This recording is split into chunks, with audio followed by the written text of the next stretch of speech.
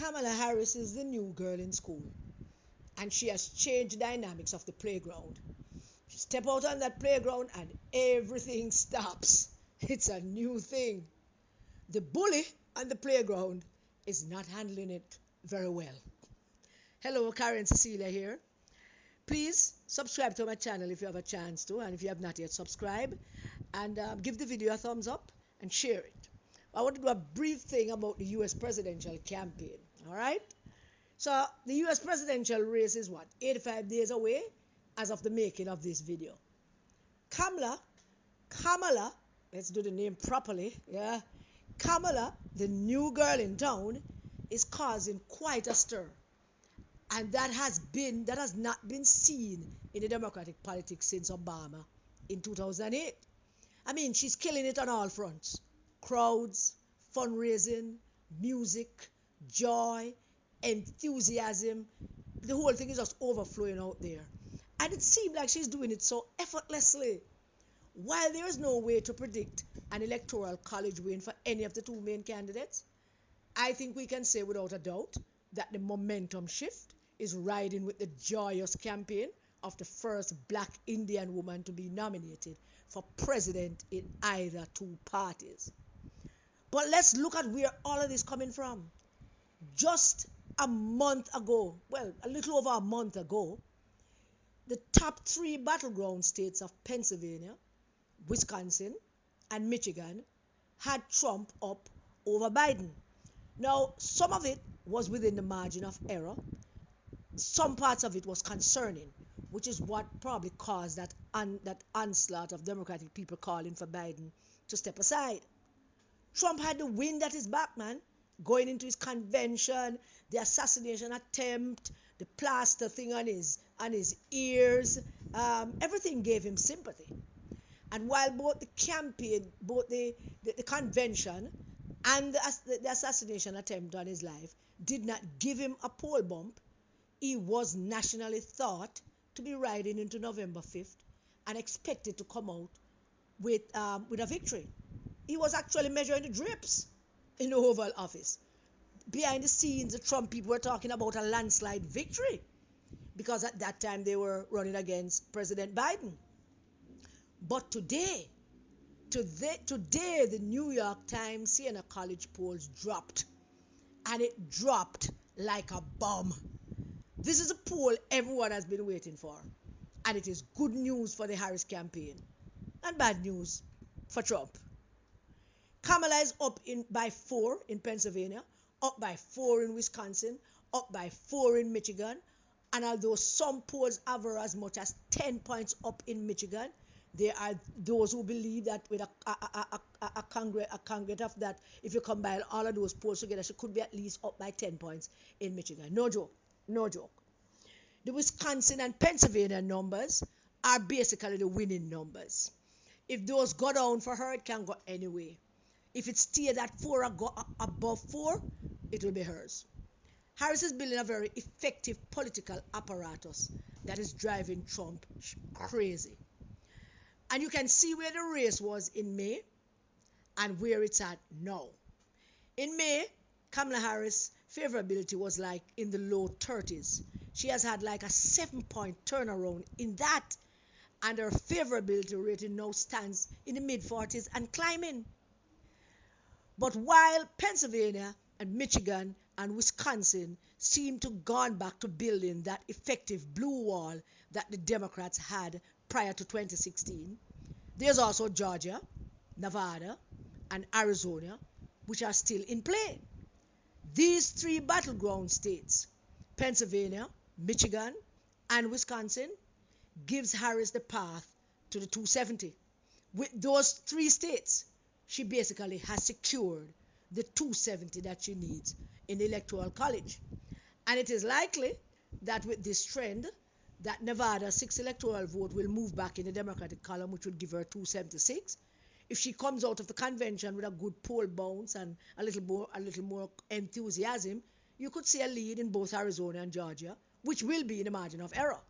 Because, Biden won Georgia by what? 0.23%, a little under and 12,000 votes, and he won Arizona by a little over 11,000 votes. If those show up, then Harris would have Arizona and Georgia as well as Nevada. Combine Georgia 16 electoral votes and Arizona 11, she would be in a solid 303 electoral votes, and it would all be over. But the most important thing in these new polls is not so much the lead, the 4-point lead that she has.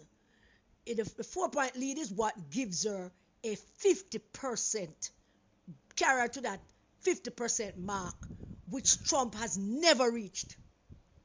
Harris has hit 50%. 50% in Pennsylvania, 50% in Wisconsin, 50% in Michigan. That is very, very important. It's important because Donald Trump's ceiling has been, since he came down the golden escalator in 2015, his ceiling has been about 47%. He has not ever cracked for 50%. During, I think during May, he might have cracked 48, but he has never gone above that. His ceiling is 47, possibly 48. And it has fluctuated over the years, but he has never, ever hit 50. And that is where the crux of the matter is.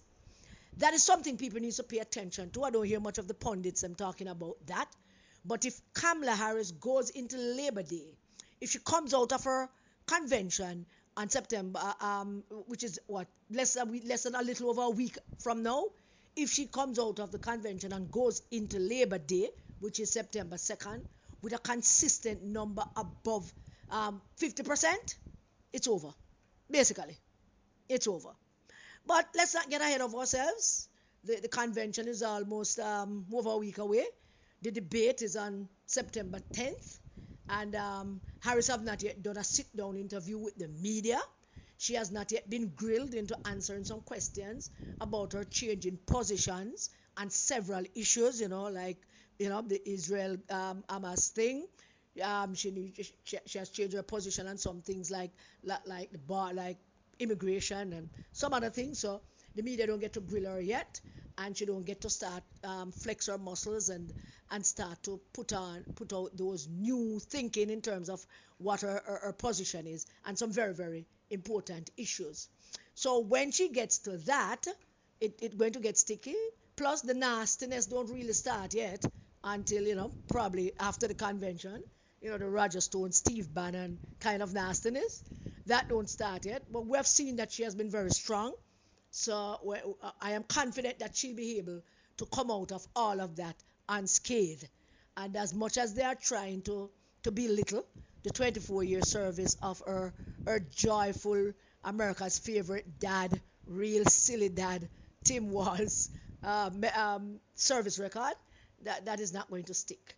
So we have a long way to go. So while this is good news for Kamala Harris, there is still a long way to go. And people must not forget that politics turn on its head in one day. In a 24-hour news cycle, you could be up, and then in 24 hours you are down. Is there still a chance that the race can change? Absolutely. The debates are usually the final chance for a candidate to turn the tides. Not that there's any evidence that Trump could come and debate a former prosecutor, a former attorney general for California.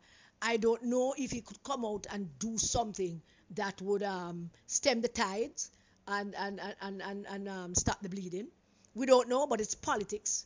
Anything can happen. And the betting market can also change, even though the entire betting market all have Harris at between 62 to 59% of winning the important states, the battleground states, which include some of the Sun Belt states that could include Arizona and Nevada. So the betting market have her still as possible will come out the victor. So we are happy that this joyful campaign has taken off, and it seems like it's catching fire and it's infectious, and people are dancing and singing and happy. I see Republicans turning up at Kamala Harris rallies in their shirts and giving interviews that they are Republicans, but they have been infected with the Harris bug, the laughing bug, the happy bug, the joyous bug. Thank you for listening to my rant. God bless you all. Stay safe, everybody, and keep the children safe. Watch your space for more commentary as this election heats up. Bless.